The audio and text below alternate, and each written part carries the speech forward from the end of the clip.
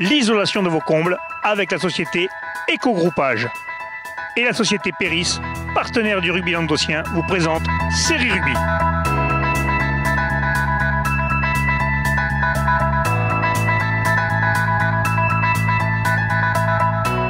Bonjour mesdames, messieurs, bienvenue à Série Rugby, votre émission sur le rugby amateur de la 4e série en honneur. Avec mes sérieux chroniqueurs, salut Babe. Salut. Bonjour Michel. Salut Alain.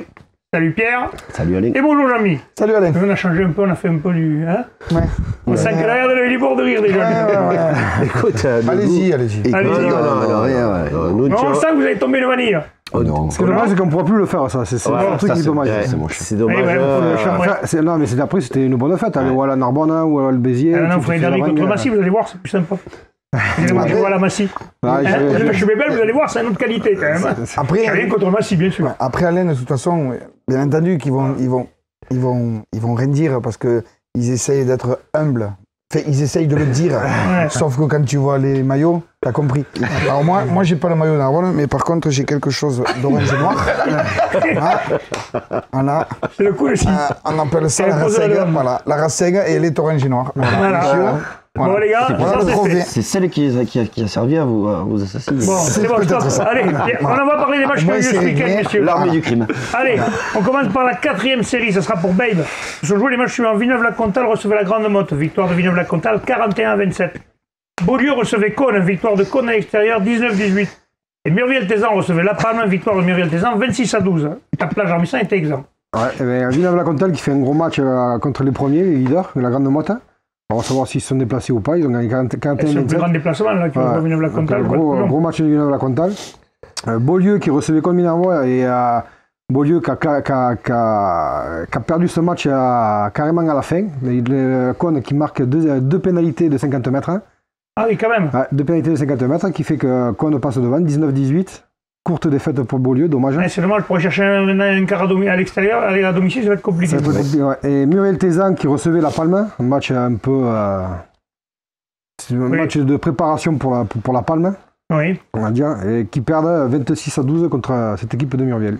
Parfait. Allez, on passe, messieurs, à la 3e série. La 3e série, ça sera pour Pierre. Nous allons jouer les matchs suivants. Vendargue recevait Périac-Bage, victoire de Vendargue 23-20. 40 recevait Metz, victoire de Metz 29-7. Lurent recevait Montredon-Moussan, match nul 18 partout. Et Cornillan recevait Pézens, match nul aussi 13 partout. Pierre. Ouais, dans le premier match, Vendargue qui gagne à la dernière minute contre Périac. Il faut retenir que quand même Périac a fait un très bon match, a mené tout le long de la partie.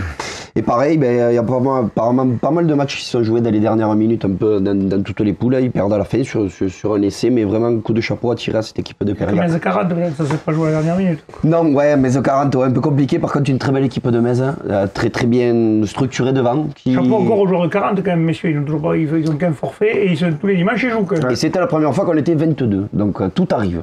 Et t'as joué alors? Non, je ne suis pas rentré. Le rugby est sorti gagnant. On m'a demandé de sortir du côté de la touche. Ça, quand on commence à te demander de sortir, c'est voilà, c'est que ça me la fin est proche. Ensuite, Montredon qui fait une très belle opération à Lurent. Justement, nous y étions. Bonjour mesdames, messieurs, nous sommes au stade de Lurent-les-Béziers. Nous avons vu le match nul entre Lurent-les-Béziers et l'équipe de Montredon-Moussan sur le score de 18 partout. Avec moi les deux capitaines et les deux entraîneurs. Bon, les joueurs de Montredon-Moussan, je suppose, match nul à l'extérieur, c'est un bon résultat. Bonne seconde mi-temps, première mi-temps plus compliquée. Mais bon, à l'arrivée, c'est quand même toujours 2 points de prix à l'extérieur. Oui, voilà, toujours de bons points pris à l'extérieur. Match difficile, on s'attendait, des conditions pas faciles, mais on s'est accroché face à une grosse équipe, on s'attendait à la guerre et elle y a été aujourd'hui. Donc bon, on repart pas triste, un bon match. Et pour la petite anecdote, pas besoin de leur kangou, j'ai équipé toute l'équipe avec les voitures, vu que je suis vendeur chez Renault, pas besoin de kangou chez nous, ne vous inquiétez pas. Bon, Julien, je suppose maintenant les playoffs se précisent maintenant. Donc maintenant il va falloir aller chercher quelque chose, comme on dit. Exactement, donc un barrage à la maison et une demi-finale contre Pesens quand même dimanche. Une équipe qui a été remaniée. Là on a le retour de certains cadres, encore plus dimanche. Donc bon, ça, on prépare bien les phases finales. La première mi-temps est un peu compliquée, la seconde après quand le jeu s'est mis en place quand même vous avez vraiment inquiété, même vous avez failli gagner. Il manque pas grand chose quoi. Oui, notamment sur une pénalité qu'on doit peut-être jouer autrement, mais bon après c'est des petits détails qui font que voilà, le match c'est match nul. Voilà. Bon, à régler pour les phases finales. On va passer à nos amis de Lurhan. Bon, les Luranais, Vivien, on ne parlera pas de ton kangou, c'est bon, t'as un vendeur en face, il a dit qu'il vendait les voitures, donc c'est fini. Bon, Vivien, je suppose content. Ce match à domicile, 2 points de prix, les phases finales qui arrivent, tout est à venir. Le match était compliqué, mais bon. Ouais, on espérait mieux quand même, mais après ça va, on est sur une bonne dynamique là. On rentre petit à petit des joueurs aussi, je pense, un peu comme tout le monde là, et on va arriver bien prêt pour les phases finales.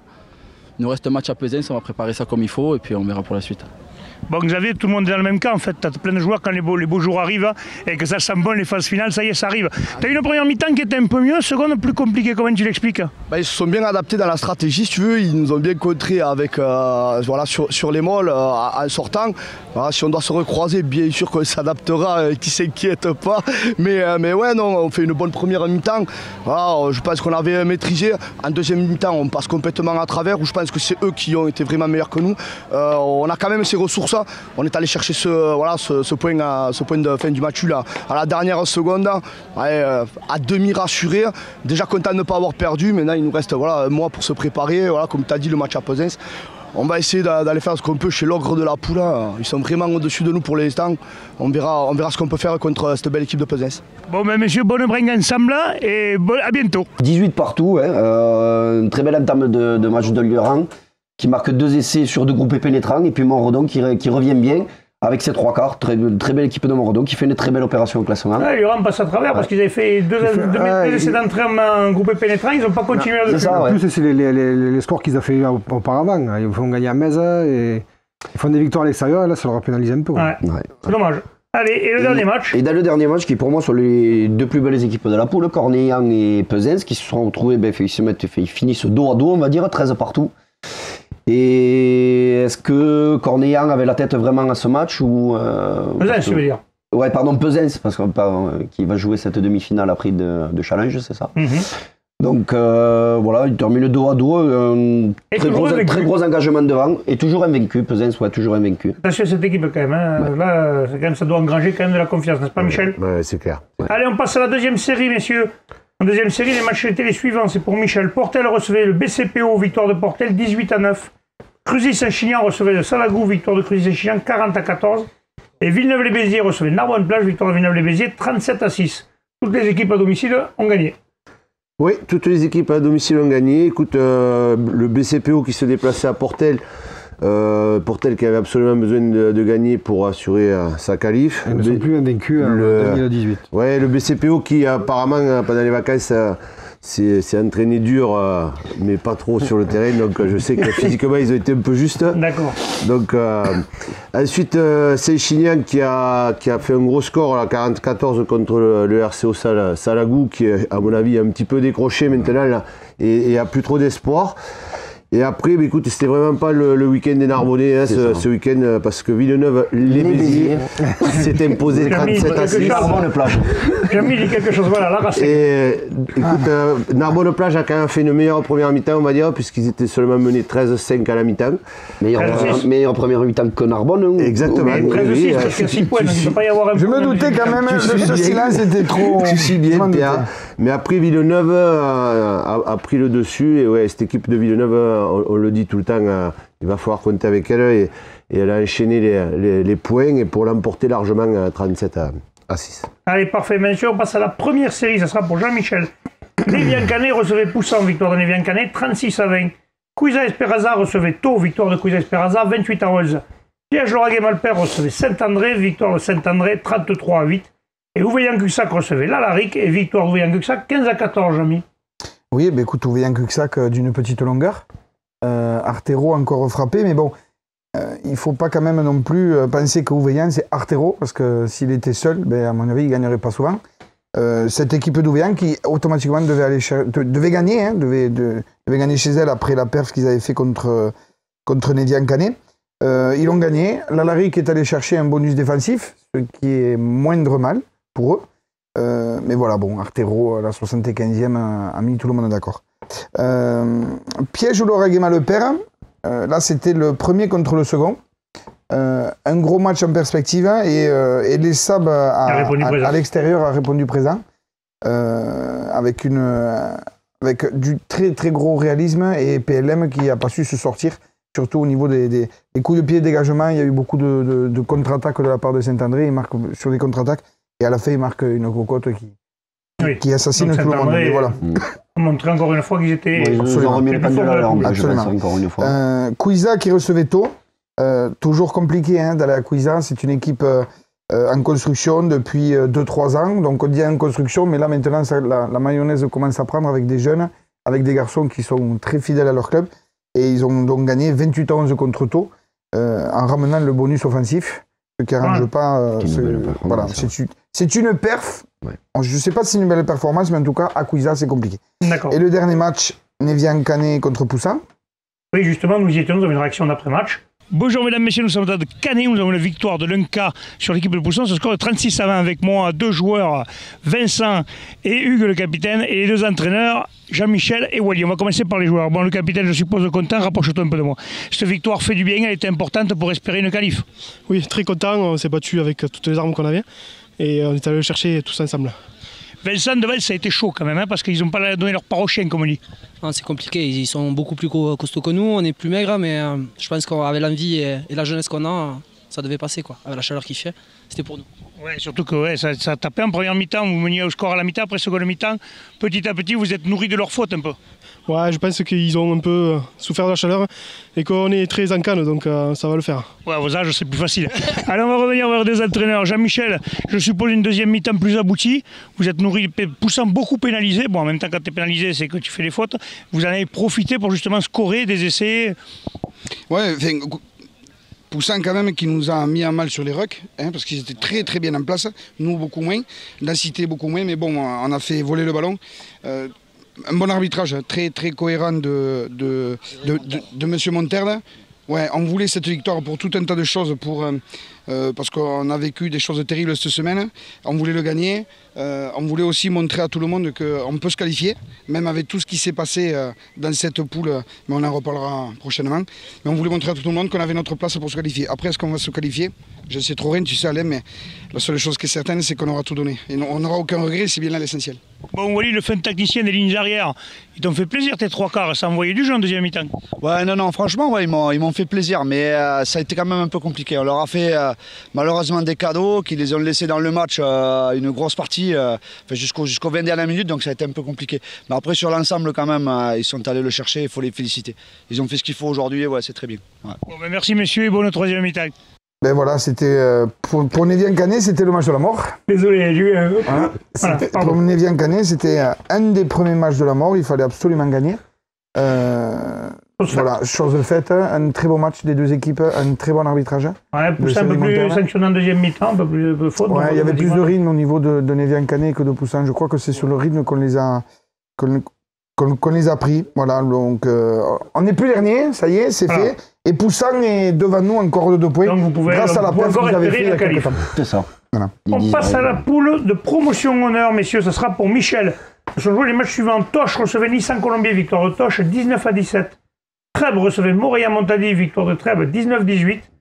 Saint-Jean-de-Védas recevait Moguio-Carnon, victoire de Moguio-Carnon, 67-21. Et enfin, Vinassan recevait Olonzac, victoire de Vinassan, 17-5. Michel. Ouais, c'est cuit pour notre ami Bruno avec Olonzac. Cette défaite à Vinassan les condamne. Il n'y aura pas de phase finale pour eux cette année. C'est dommage parce que par rapport à ce qu'on attendait d'eux en début de saison, ça a été peut-être une mauvaise surprise, on va dire, parce qu'on les attendait mieux que ça. Mais c'est vrai que cette poule était compliquée, avec beaucoup d'équipes compétitives. Comme Moguio par exemple, qui est allé s'imposer 67-21 à Saint-Jean-de-Védas.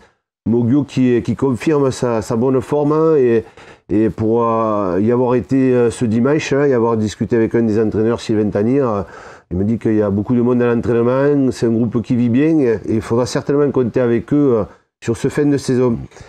Ensuite, Montréal-Montady se déplaçait à Trèbes et s'incline à la toute dernière seconde sur une pénalité de Murcia. 19-18, voilà, des points, une victoire qui est à leur portée. Ça fait couler beaucoup d'encre, j'ai vu sur les réseaux sociaux. Oui, alors oui, après il y a eu quelques... On a parlé un petit peu de l'arbitrage, ou je sais pas, enfin bref. En attendant, on doit être capable de gagner les matchs sur le terrain. Donc, s'ils avaient été meilleurs, ils auraient gagné quand même. Moi, c'est toujours ce que je dis aux joueurs. Voilà. Donc, voilà. Et le dernier match à la dernière seconde, c'est peut-être un peu ça qui amène à la frustration. Et le dernier match, c'est Nissan Colombier qui s'incline de 2 points à Toch, alors que Toch avait son joueur, je recherche le nom parce que je l'avais tout à l'heure, Esclarmonde qui a pris un deuxième carton jaune juste avant la mi-temps, et du coup cette équipe de Toch à 14 a tenu tout le match devant encore une valeureuse équipe de Nissan qui s'incline de nouveau de peu. Voilà, donc. Ils prennent des bonus défensifs, mais bon. Ils prennent des bonus défensifs, mais peut-être que. Le match à l'extérieur, Montréal c'était censé être à l'extérieur, ils ont joué à domicile, mais c'était censé être à l'extérieur, là aussi. Oui. Bon, c'est vrai. Je suis sûr que Laurent Tricoire préférait certainement gagner avec eux. Je pense aussi, mais bon, ils sont toujours bien placés, avec encore un match en retard. Ils sont en embuscade. Donc je pense qu'ils risquent d'être dans les derniers carrés à la fin. Allez, on passe à la poule honneur, messieurs, ça sera pour Pierre. Jouer les matchs suivants, Bézarieux recevait l'Avenir Bleu-Blanc, victoire de l'Avenir Bleu-Blanc 19-16. Pixel-Loup recevait 7, victoire de 7, 36-8. Mande recevait Villeneuve-les-Maguelones, forfait de Villeneuve-les-Maguelones. Et Lunel recevait les Rives d'Orbe, victoire de Lunel 39-12, Pierre. Oui, mais Bédarieux qui s'incline à domicile, la bonne opération pour les Bleus et Blancs, qui ont fait un très gros match. Ça s'est décidé dans les dernières minutes. Je crois qu'il y avait 16-16 à 75e. Donc pareil, un match dans les dernières minutes, une très belle opération de l'Avenir Bleu-Blanc. On va souhaiter d'ailleurs un bon rétablissement à Mathias Vidal qui s'est mis le genou dans la boîte à gants, comme on dit. C'est ça, ouais. Attends que ce ne soit pas grave. Continuons. Ensuite, 7 qui va s'imposer au Pixel Loup Saint-Gély 36-8. Donc il réalise une belle performance. 20 premières minutes qui sont à l'avantage de Pixel Loup. On va essayer de mettre quand même un peu de rythme. On en saura un peu plus, tu vois, je te coupe 2 secondes, on en saura un peu plus parce qu'on recevra leur entraîneur vendredi. Alexandre Ruiz. Monsieur Alexandre Ruiz, voilà, c'est ça, c'est bien. Tu retiens les leçons, c'est bien. Ouais, j'enregistre maintenant. Travaille. Tu vois, petit à petit, tu fais travailler ta matière grise. La bande de Cona quand même. Mais bon, il a le temps d'utiliser le jour. Tu veux de la part de Jean-Mi ou quoi? Allez, continue. Voilà la belle opération du jour. 7 très solide, toujours premier de sa poule. Donc voilà, ça a déroulé à Pixel Loup. Et dans le dernier match, Lunel qui s'impose 39-12, un score assez lourd quand même pour les Rives d'Orbe. Cette équipe jeune, je pense que l'expérience a fait la différence. Parfait, on te remercie. Messieurs, on va se retrouver demain pour les fédérales. Transpirez bien sur tous les terrains, pardon. Allez, salut, ciao.